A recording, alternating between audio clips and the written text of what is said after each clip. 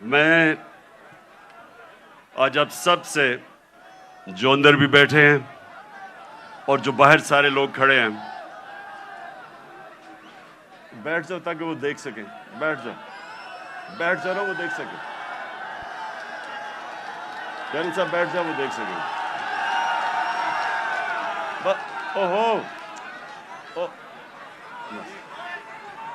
تھوڑا پیچھے. اچھا جی، بسم اللہ الرحمن الرحیم. میں یہ چاہتا ہوں کہ آج بڑی خاموشی سے میری بات سنیں، تاکہ یہ ایک بڑا مبارک دن ہے. اور جو میں آج آپ کے سامنے اپنے نبی صلی اللہ علیہ وسلم کے متعلق اور آج اس دن کے متعلق جو بات کروں گا، میں چاہتا ہوں ذرا بڑی خاموشی سے، اور آپ نے ایک ایسے میری بات سننی ہے کہ وہ آدمی جو اپنے بچوں کو جس طرح سمجھانے کی کوشش کرتا ہے، سیدھے راستے پہ لگانے کی اپنے بچوں کو کوشش کرتا ہے، جس طرح باپ یا ماں باپ، وہ یہ نہیں کہ ماں باپ نے زندگی میں کوئی غلط کام نہیں کیے، یہ نہیں کہ ماں باپ کوئی فرشتے ہوتے ہیں، لیکن ماں باپ کی ہمیشہ یہ کوشش ہوتی ہے کہ ہم اپنے بچوں کو اپنی غلطیوں سے سیکھ کے ہم بچوں کو وہ سکھائیں تاکہ وہ غلطیاں نہ کریں جو ہم نے زندگی میں کی تھی. تو میری کوشش یہ ہے کہ آج اپنی زندگی، جو میں نے 70 سال کی زندگی گزاری ہے، اس سے میں آپ کو، اپنی قوم کو، جس طرح میں اپنے بچوں کو بتاتا ہوں کہ میں نے زندگی سے کیا سبق سیکھے اور میری زندگی سیرت نبی سے بدلی کیسے. میں کوئی اسلام کا اسکالر نہیں ہوں، میں اپنے آپ کو کوئی عالم نہیں سمجھتا،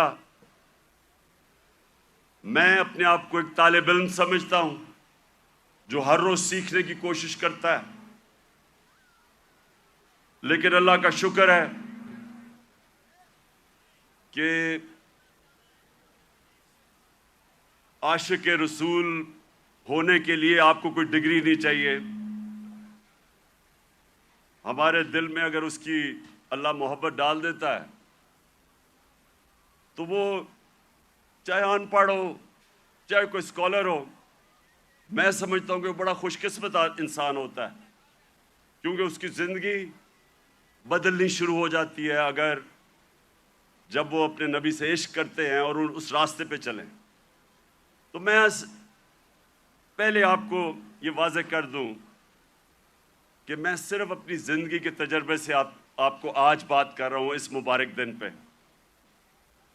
کیونکہ دیکھیں میں نے ہر قسم کی زندگی دیکھی ہے. کرکٹ سٹار، گلیمر، مغربی زندگی، اپنا ملک، ہر قسم کی میں زندگی پہ دیکھ کے تو آج آپ سے بات کر رہا ہوں. سب سے پہلے ابھی آپ نے جو یہ فلم دیکھی، اس میں دنیا کی تاریخ کا سب سے بڑا انقلاب آپ نے دیکھا. دنیا کی تاریخ میں کبھی اتنا بڑا انقلاب نہیں آیا.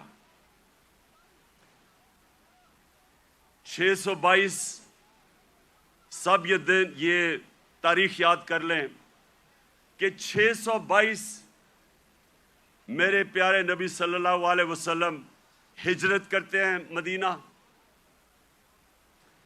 632 وہ دنیا سے چلے جاتے ہیں، پردہ کر دیتے ہیں. ان 10 سالوں کے اندر دنیا کی تاریخ بدل جاتی ہے. تو جو میں اپنے نوجوانوں کو آج، اپنی یوتھ کو، اپنے بچوں کو، ساروں کو جو میں آپ کے ذہن میں آج ایک چیز ڈالنا چاہتا ہوں کہ وہ کیا تبدیلی آئی ان لوگوں میں جو ابھی آپ نے فلم میں پہلے دیکھا کہ جن کی کوئی حیثیت نہیں تھی، جہالت تھی. 2 سپر پاورز، ایک مغرب میں اور ایک مشرق میں، کوئی بھی حیثیت ان لوگوں کی نہیں تھی. 10 سالوں میں یہ قوم بدلی اور انہوں نے دنیا کی امامت کی، جو آپ نے بعد میں دیکھا کہ ساری دنیا میں چھا گئے.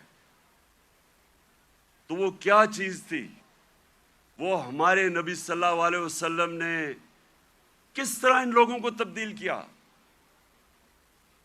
کیسے ان کے کیریکٹر بدل گئے، کیسے لیڈرز بن گئے سب.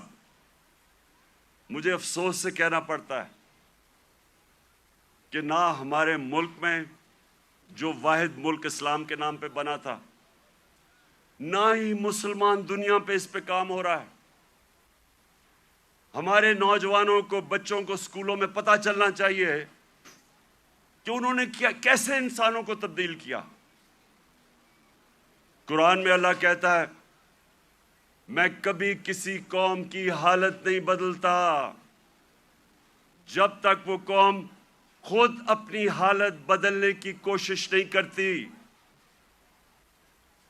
وہ قوم کی حالت بدل گئی کیونکہ لوگوں نے اپنے آپ کو بدل لیا اور لیڈرز بن گئے. تو میں آج کوشش کروں گا کہ آپ کو میں پھر سے کہہ رہا ہوں، میں اسکالر نہیں ہوں، میں نے اپنی زندگی کے تجربے سے، جو میں نے مغرب کا پورا میں سسٹم اندر سے دیکھا ہوا ہے، تعلیم میں نے باہر لی، اس کے بعد ساری دنیا پھرا کرکٹ کی وجہ سے، پھر سیاست، پھر اپنا معاشرہ اندر سے دیکھا. تو میں اب آپ کو اپنے طور پہ بتاؤں گا کہ میرے نبی صلی اللہ علیہ وسلم نے کیسے چینج کیا ان کو. وہ لوگ پھر سے، جن کی کوئی حیثیت نہیں تھی، انہوں نے دنیا کی لیڈرشپ سنبھال لی. اور آج میں سمجھتا ہوں کہ ہمارا پاکستان ادھر ہی کھڑا ہے. وہ جو آپ نے پہلے حالات دیکھے تھے جہالت کے، ہم اس کے بڑے قریب کھڑے ہیں. اور ہم نے کیسے بدلنا ہے اپنے آپ کو؟ اگر ہم نے دنیا میں عزت سے رہنا ہے، اور اگر جو بہت بڑی خواب تھی پاکستان کی، علامہ اقبال،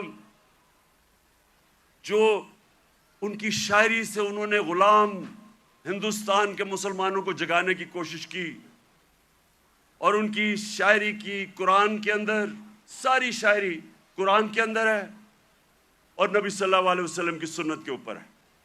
اس کے اوپر انہوں نے جگانے کی کوشش کی ہندوستان کے مسلمانوں کو.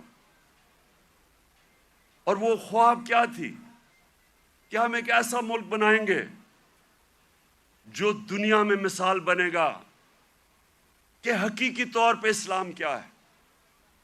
اور ان کی ساری نظر تھی وہ مدینہ کی ریاست، جدھر ایک مثال بنی تھی دنیا میں، جو ماڈل نے پھر اس کے بعد ساری دنیا پہ وہ پھیل گئے. 1000 سال تک مسلمان دنیا کی سپریم پاور رہے تھے.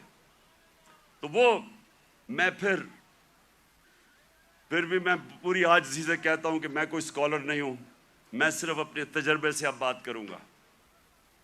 دیکھیں، سب سے پہلے کیا ہوا، انہوں نے کیسے انسانوں کے کیریکٹر بدلے. انہوں نے کیا انہوں نے سب سے پہلے انسانوں کو آزاد کیا، ذہنی طور پہ آزاد کیا، اندرونی طور پہ آزاد کیا. کیونکہ آزاد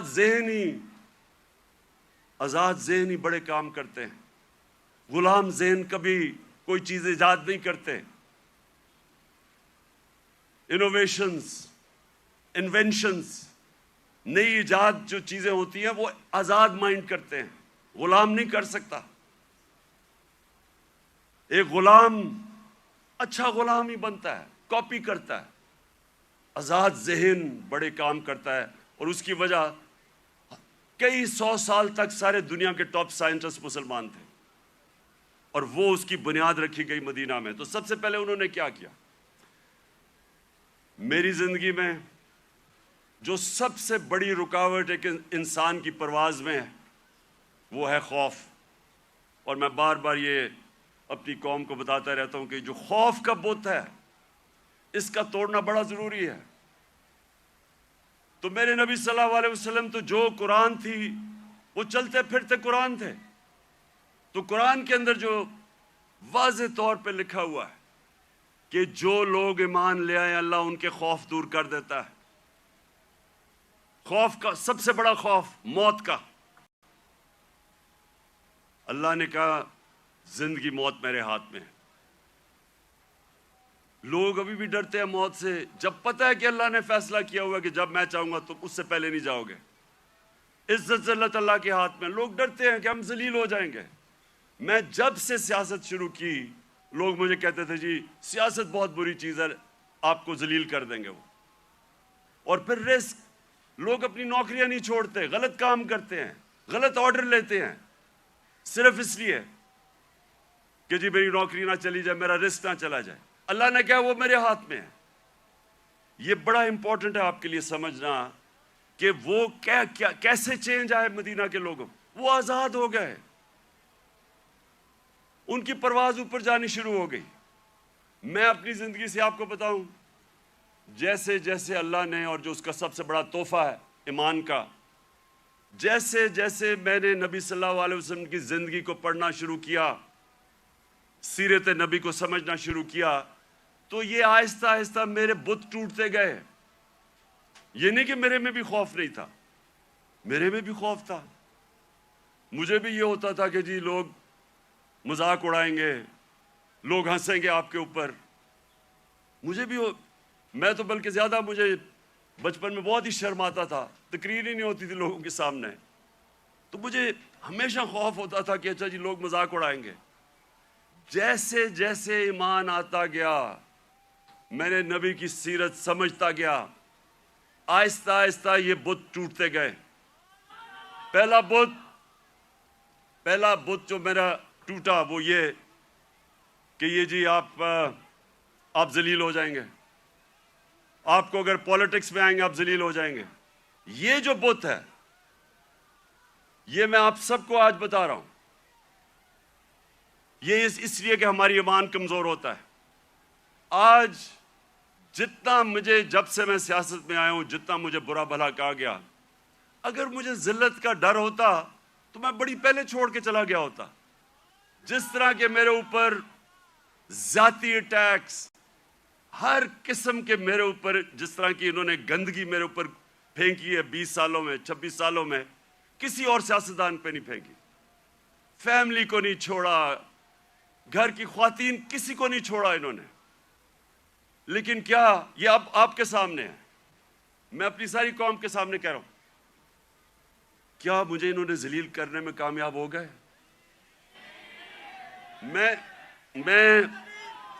ایک منٹ، میں آپ کو آج سب کو کہہ رہا ہوں، پچھلے 6 مہینے میں جتنی مجھے اللہ نے عزت دیا، مجھے ساری زندگی میں کبھی اتنی عزت نہیں ملی۔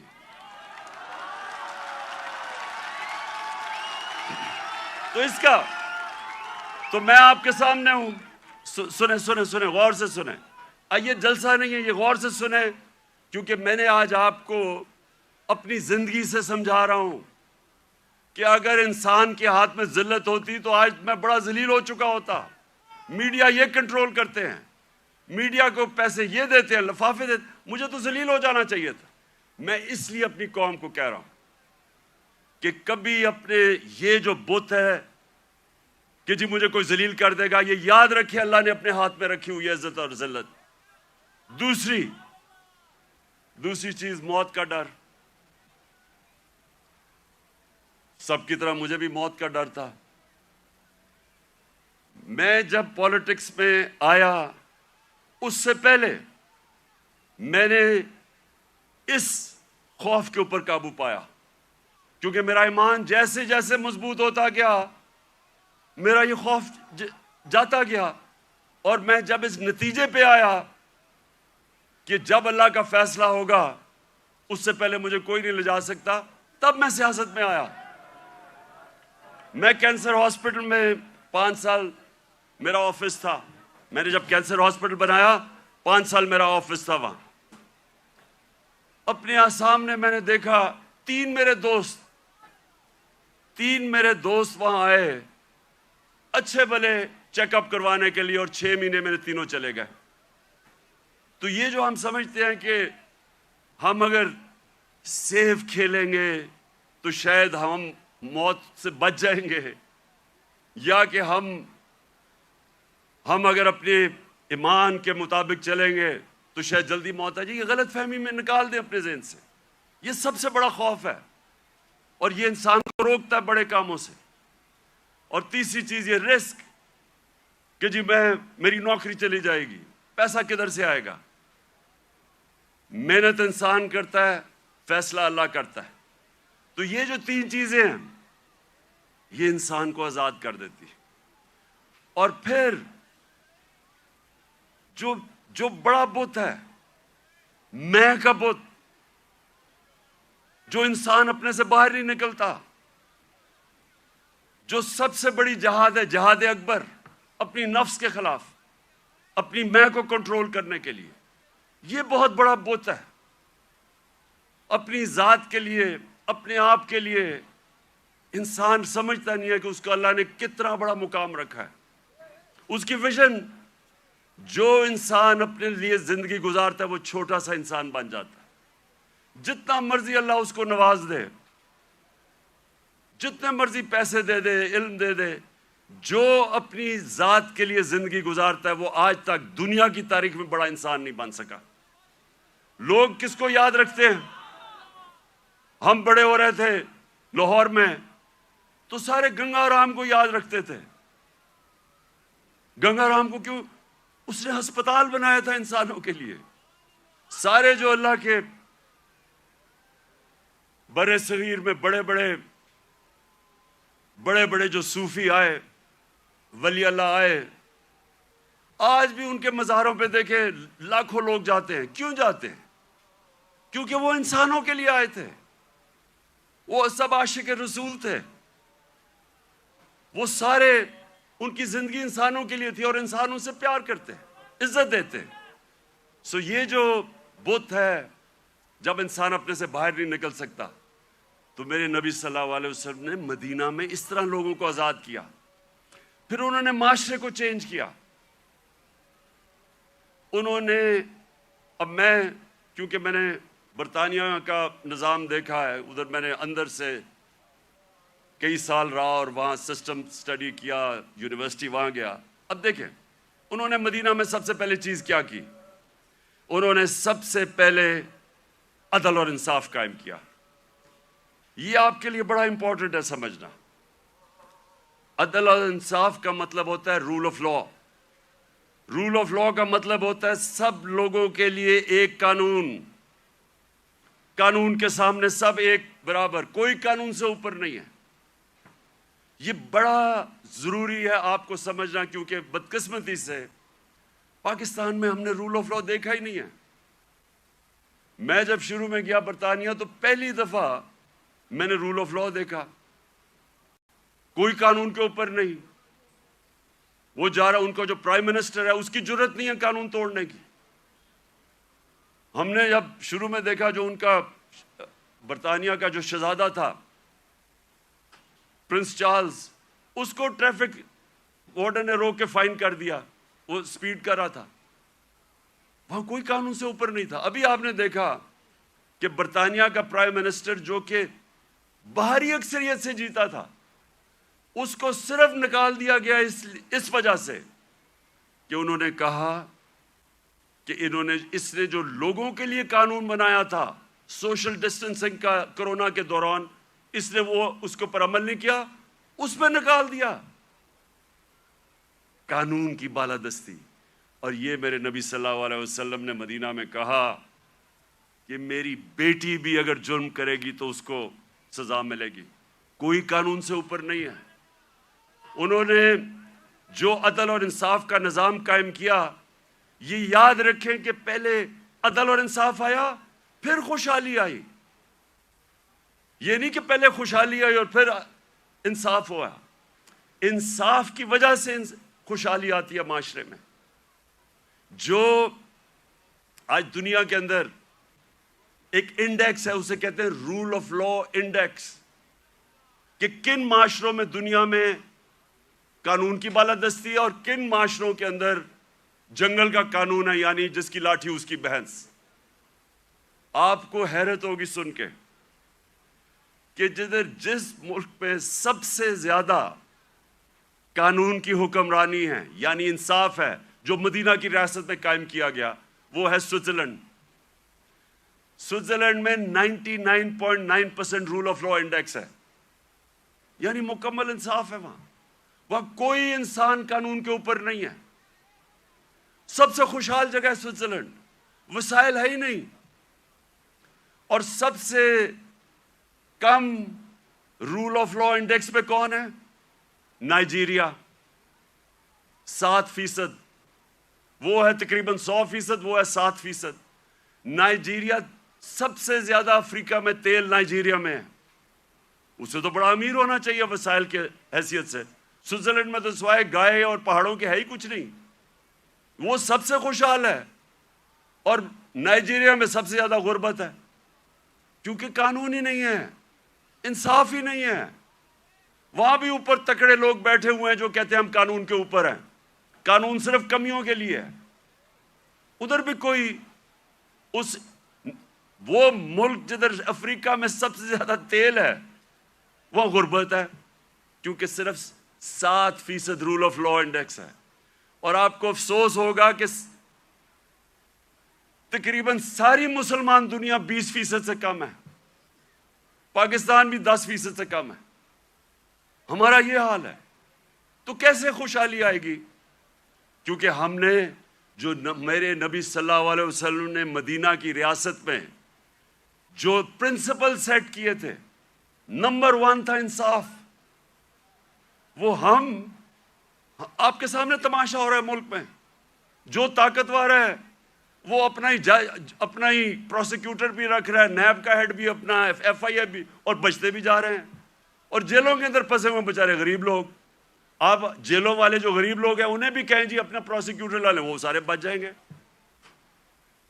اور پھر یہ بار بار میں اپنی قوم کو وہ حدیث سناتا ہوں کہ میرے نبی نے کہا، نبی صلی اللہ علیہ وسلم نے کہا کہ تمہارے سے پہلے بڑی قومیں تباہ ہوئیں جدھر چھوٹے چوروں کو جیلوں میں ڈالتے تھے اور بڑے ڈاکوؤں کو آپ پکڑتے نہیں تھے. یہ تباہی کا انہوں نے بتایا. اور آج آپ دنیا میں دیکھ لیں، جو ملک بڑے ڈاکوؤں کو نہیں پکڑ سکتا وہ غریب ہیں سارے، وسائل کے باوجود. سو نمبر 1 پرنسپل انہوں نے سیٹ کیا رول آف لا. نمبر 2، اور رول آف لا کے ساتھ میرٹ، کیونکہ جدھر انصاف ہوتا ہے ادھر ہی میرٹ ہوتی ہے. آج آپ مغربی یہ ملک پہ چلے جائیں، سارے جتنے امیر ملک ہیں سب 90% سے زیادہ رول آف لا ہے. اور رول آف لا کے ساتھ میرٹ آ جاتی ہے. اور دوسری چیز، میرے نبی صلی اللہ علیہ وسلم نے امر بالمعروف والنہی عن المنکر، وہ جو اللہ کا حکم ہے کہ ساری عوام کو اللہ کا فرمان ہے کہ تم نے اچھائی کے ساتھ کھڑا ہونا ہے اور برائی کے خلاف کھڑا ہونا ہے. یہ ہے بیسز ایک مہذب معاشرے کی. میں اب آپ کو بتاؤں، میں نے جو انگلینڈ میں دیکھا، کیونکہ میں نے پھر سے آپ کو کہوں اندر سے میں نے وہ معاشرہ دیکھا. ایک دفعہ کسی آدمی کے اوپر یہ الزام لگ جائے کہ اس نے چوری کی ہے، کرپشن کی ہے، وہ جو مرضی ہو، سارا جو اس کے دوست بھی ملنا چھوڑ دیتے ہیں، ان کے ملنے والے بھی ان کو ملتے نہیں ہیں. وہ جاتے ریسٹورنٹس میں جاتے ڈرتے ہیں. کیوں ہمارے وہ جو باہر گئے ہوئے ہیں ان کو آوازیں پڑتی ہیں، جو ہمارے باہر بیٹھے ہوئے ہیں کیوں آوازیں پڑتی ہیں؟ کیونکہ سنیں کیوں پڑتی ہے؟ کیونکہ وہ اس معاشرے میں ہوتا ہی ایسے ہے. اگر کسی کے اوپر یہ لگ جائے کہ اس نے پبلک کا پیسہ چوری کیا ہے، کرپشن کا مطلب ہوتا ہے پبلک کا پیسہ چوری کرنا، وہ کہیں نکل ہی نہیں سکتا، کیونکہ وہ قوم امر بالمعروف پہ چلتی ہے۔ ایک میں آپ کو مثال دیتا ہوں، امریکہ کے اندر ایک تھا برنی میڈوف، اربوں اربوں ڈالر پتی تھا، ساری سوسائٹی میں سارے بڑے بڑے فلم سٹارز سوسائٹی کے سارے اس کے سے ملتے تھے، تصویریں کھچاتے تھے، امیر ترین امریکہ کا آدمی تھا۔ اس کے اوپر فلم بھی بنی ہوئی ہے نیٹ فلکس پہ۔ وہ برنی میڈوف کئی سالوں کے بعد پتا چلا جناب اس نے فراڈ سے پیسہ بنایا تھا، پتا چلا کہ اس نے فراڈ سے پیسہ بنایا تھا۔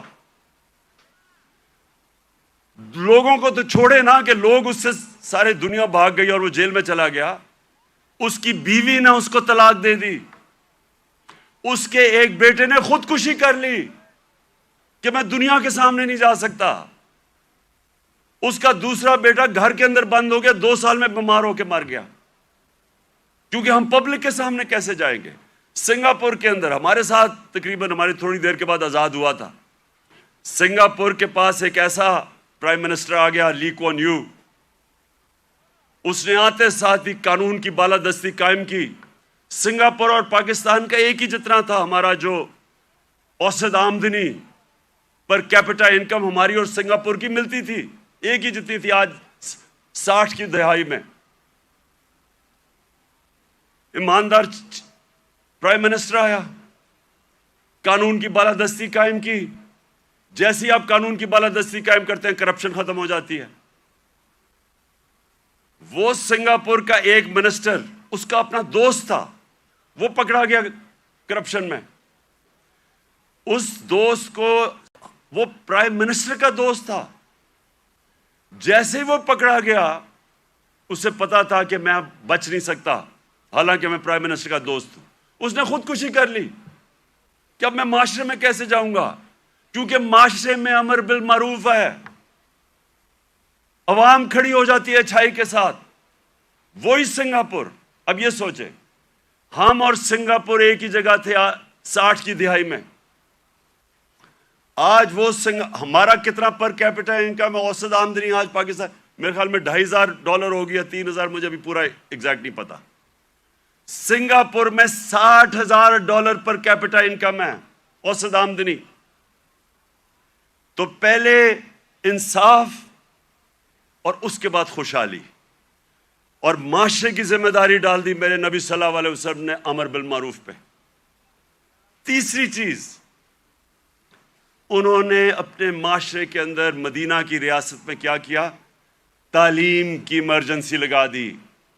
جنگ بدر کے بعد جو قیدی مکہ کے قیدی تھے ان کو واپس کے پیسے لے سکتے تھے، کیونکہ مسلمان تو غریب تھے تب، بلکہ جنگ بدر میں نے اتنا بھی پڑھ رہا تھا کہ کئی لوگوں کے پاس تلواریں بھی نہیں تھے، ڈنڈوں سے لڑے ہیں، تو وہ تو قیدیوں کو واپس کر کے پیسے لے سکتے تھے، ہتھیار خرید سکتے تھے۔ دنیا کے عظیم لیڈر نے کہا نہیں، جو 10 مسلمانوں کو پڑھا لکھا دے گا اس کو ہم آزاد کر دیں گے۔ تعلیم کے اوپر زور دیا، چائنا بھی جانا پڑے تعلیم حاصل کرنے کے لیے تو جاؤ، جب سے تم پیدا ہوتے ہو اور جب تک قبر میں نہیں جاتے علم حاصل کرو۔ اس لیے صدیوں تک ٹاپ سائنسدان مسلمان تھے۔ تعلیم کے بغیر معاشرہ اوپر نہیں جاتا۔ اور ہمارا اب پھر سے حال دیکھ لیں، کتنا زور لگایا تعلیم۔ کتنا شرم کی بات ہے کہ 75 سال انڈیپینڈنس، پہلی دفعہ ہم نے کوشش کی تھی کہ کم از کم تعلیم کا نظام میں انصاف کریں، نہیں تو امیر کے لیے تھوڑے سے 8 لاکھ امیروں کے لیے انگلش میڈیم، باقیوں کے لیے اردو میڈیم، وہ بیچارے پڑھ کے بھی اوپر نہیں آ سکتے تھے۔ ایک تعلیمی نظام جو غریب کو غریب کرتا تھا، جو ملک میں ناانصافی پھیلاتا تھا، وہ ہم نے کوشش کی۔ پتہ نہیں اب اس حکومت نے وہ ختم کر دیا ہوگا کہ ایک ہی نصاب 5 کلاس تک اور اوپر تک لے کے جا رہے تھے، لیکن تعلیم یہ تیسری چیز میرے نبی صلی اللہ علیہ وسلم نے مدینہ میں کہا، تعلیم کے اوپر انہوں نے زور دیا، جس کی وجہ سے مسلمان اوپر گیا۔ اور پھر فلاحی ریاست، انسانیت کا نظام، دنیا کی تاریخ میں پہلی دفعہ انہوں نے ایک فلاحی ریاست بنائی۔ اور یقین کریں مجھے پتہ ہی نہیں تھا فلاحی ریاست کیا ہوتی ہے جب تک میں برطانیہ نہیں گیا۔ میں جب پہلی دفعہ برطانیہ گیا میں نے پہلی دفعہ فلاحی ریاست دیکھی، کسی مسلمان ملک میں نہیں دیکھی۔ جو انہوں نے مدینہ کی ریاست میں پہلی دفعہ انسانیت کا نظام لے کے آئے تھے کہ کوئی کمزور آدمی، اس کی ریاست نے ذمہ داری لی تھی، غریبوں کی۔ آپ حیران ہوں گے کہ جو پینشنز تھیں، بوڑھوں کی بھی ذمہ داری پہلی دفعہ دنیا کی تاریخ میں مدینہ کی ریاست نے لی تھی، یتیموں کی، معذوروں کی، بیواؤں کی۔ ایسا نظام کبھی پہلے نہیں آیا تھا۔ تو اسٹیٹ نے انسانیت کا نظام لے کے آیا۔ اور مجھے افسوس سے کہنا پڑتا ہے کہ آج آپ یورپ چلے جائیں، میں نے اسکینڈینیویا جو بہترین، میں سمجھتا ہوں کہ اس نظام کے قریب مدینہ کے ریاض جو میں نے دیکھا ہے وہ ڈنمارک، سویڈن، ناروے۔ آپ وہاں دیکھیں، آپ اپنے پاکستانی رہتے ہیں وہاں، ان سے پوچھے تو صحیح کہ انسانیت کیا ہوتی ہے۔ میں بار بار کہتا ہوں وہ اپنے جانوروں کا ہمارے سے بہتر دھیان رکھتے ہیں۔ وہ حضرت عمر کا قول تھا کہ اگر کتا بھی بھوکا مرے میری ریاست میں تو میں ذمہ دار ہوں۔ آج ادھر آپ دیکھ لیں، ان کا RSPC ہے، کتے آپ کو سڑکوں پہ نہیں نظر آئیں گے، وہ ان کو ہومز دیتے ہیں، ان کو کھلاتے ہیں پلاتے ہیں۔ یعنی وہ جو ہم نے دنیا میں شروع کیا تھا، جو میرے نبی صلی اللہ علیہ وسلم نے انسانیت کا نظام دنیا میں شروع کیا تھا، وہ آج ان ملکوں میں مل رہے ہیں جو مسلمان نہیں ہیں۔ اور یہ یاد رکھیں، یہ کبھی نہیں ہمیں بھولنا چاہیے کہ اللہ نے خطاب میرے نبی صلی اللہ علیہ وسلم کو رحمت للعالمین کہا تھا۔ سب انسانوں کے لیے رحمت بن کے آئے تھے، جس طرح میرا رب العالمین ہے۔ اس کا کیا مطلب ہے؟ سب سے پہلے تو جو میثاق مدینہ تھا، انسانوں کو اکٹھا کیا گیا۔ جو میثاق مدینہ چارٹر، مدینہ کا جو چارٹر تھا، جو پہلی کانسٹیٹیوشن تھی، بلکہ دنیا میں کہتے ہیں کہ دنیا میں پہلی کانسٹیٹیوشن تھی، اس میں انسانوں کو اکٹھا کیا گیا۔ وہاں عیسائی تھے، وہاں مسیح برادری تھی، وہاں یہودی تھے، ان سب کو اکٹھا کیا گیا۔ انسانوں کو تقسیم نہیں کیا گیا، اکٹھا کیا گیا۔ تو یہ لیڈر کی نشانی ہوتی ہے کہ لوگوں کو، انسانوں کو اکٹھا کرتا ہے، تقسیم نہیں کرتا۔ لیکن اس کا ایک اور بھی مطلب ہے کہ جو بھی معاشرہ میرے نبی صلی اللہ علیہ وسلم کے احکامات پہ چلے گا، جو بھی ان کی سیرت پہ چلے گا، وہ مسلمان ہیں یا نہیں ہیں، اللہ کی ان کی برکت آ جائے گی ان کے اوپر، کیونکہ وہ رحمت للعالمین تھے۔ اگر صرف ان کی سیرت پہ چل کے مسلمانوں کو ہی فائدہ ہونا تھا تو اللہ ان کو رحمت للعالمین نہ کہتے، رحمت للمسلمین ہوتے وہ۔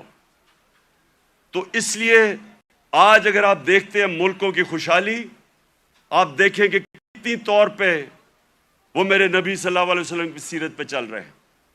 آپ کو حیران ہوں گے کہ جب ہم نے بھی شروع میں پڑھا، ہم بھی حیران ہوئے۔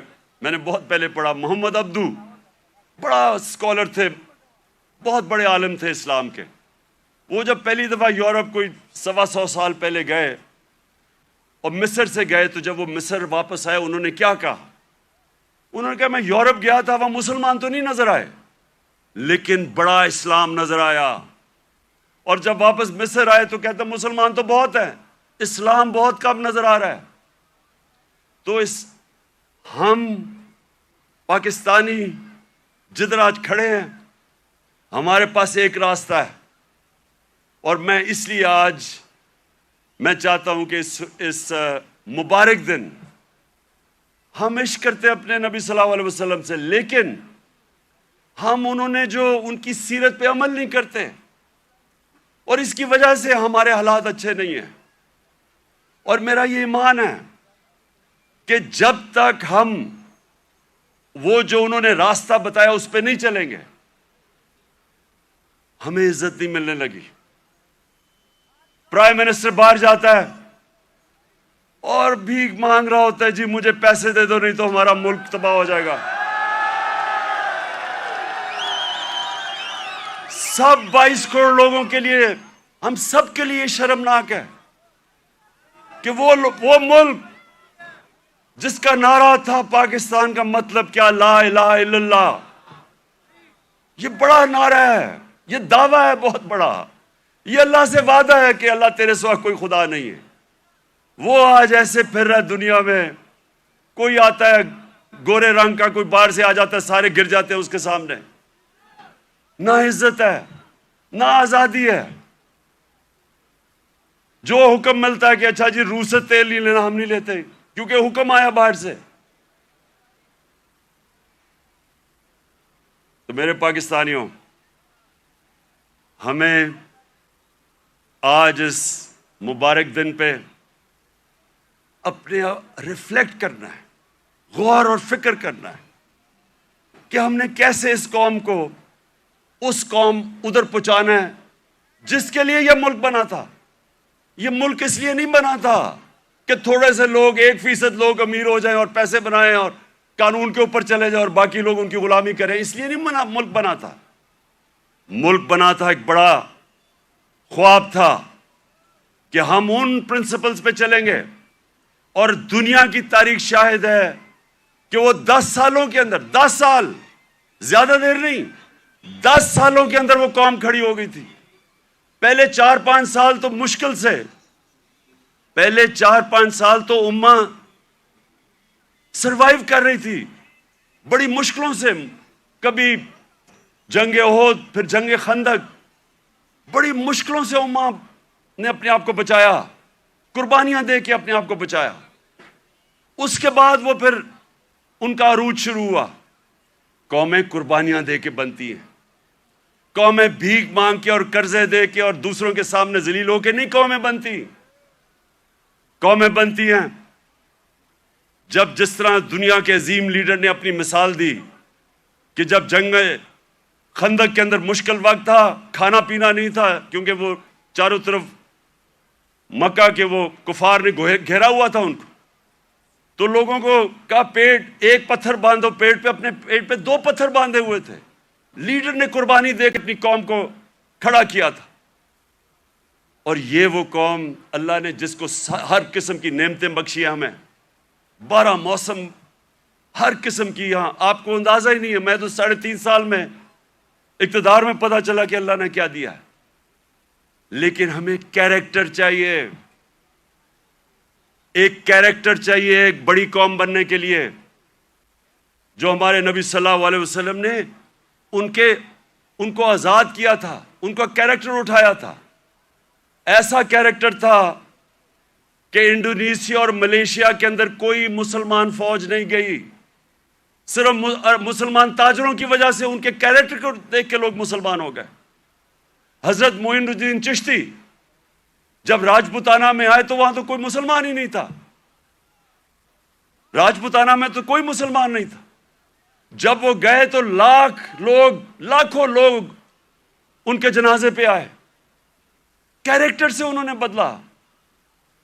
جو ساری جو 10 سال تھے، 622 اور 632، ٹوٹل لوگ کہتے ہیں جی تلوار سے اسلام پھیلا، جو ٹوٹل جو مسلمان اور جن کا مقابلہ تھا مخالف، جو ٹوٹل لوگ جنگوں میں مرے تھے وہ 1200-1300 تھے۔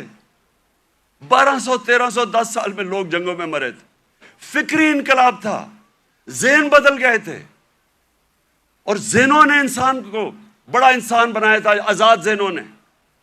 تو آج میں اس لیے یہ بڑا مبارک دن ہے کہ ہم سب کو آج اپنے ملک کو اٹھانے کے لیے اپنا کیریکٹر غور کرنا چاہیے کہ ہم اپنے آپ کو کیسے بدل سکتے ہیں۔ نبی کی سیرت پہ چلیں۔ میں نے رحمت اللہ عالمین اتھارٹی بنائی، مقصد اس کا کیا تھا کہ ہمارے بچوں کو سیرت نبی سے ان کا کیریکٹر مضبوط کریں۔ یونیورسٹی کالجز کے اندر ڈبیٹس ہو, سارے ڈسکس کریں, ہمارے انٹلیکٹ ہماری جو اسکالرز ہیں وہ ڈسکس کریں کہ اللہ نے کیوں ہمیں حکم دیا ہوا ہے کہ نبی کی سنت پہ چلو, ہماری بہتری کے لیے, اور وہ کیا انہوں نے قدم کیا کرے, کیسے چینجز کیے. ایک ایک ایسے اتنی دنیا میں اتنے تھوڑے وقت, دنیا کی تاریخ میں اتنے تھوڑے وقت کبھی اتنے گریٹ لوگ نہیں آئے. ہر انسان کوئی نہ کچھ بن گیا. اگر یہ مغرب میں ہوتے آج یہ فنومنا, تو ایک ایک کے اوپر کتابیں لکھی جا رہی ہوتی. حضرت خالد بن ولید پہ کتابیں لکھی جا رہی ہوتی, ان کے اوپر ریسرچ ہوتی کہ وہ کیا تھا, کبھی وہ جنگ ہی نہیں ہارے, اور ہر کوئی جنرل بن گیا. حضرت بلال 2 کیمپینز میں وہ لیڈ کر کے گئے, ایک غلام ایک جنرل بن گیا. اس کے اوپر کبھی کام نہیں کیا, ہمارے اسکالرز نے نہیں کام کیا. رحمت للعالمین اتھارٹی کا مطلب ہی یہ تھا کہ اسکالرشپ آئے اور وہ کام کرے اس پہ, تاکہ اپنے یوتھ کو تو بتائے, کیونکہ اگر آپ نہیں بتائیں گے ان کے اوپر تو مغربی کلچر کی جلغار ہوئی ہے.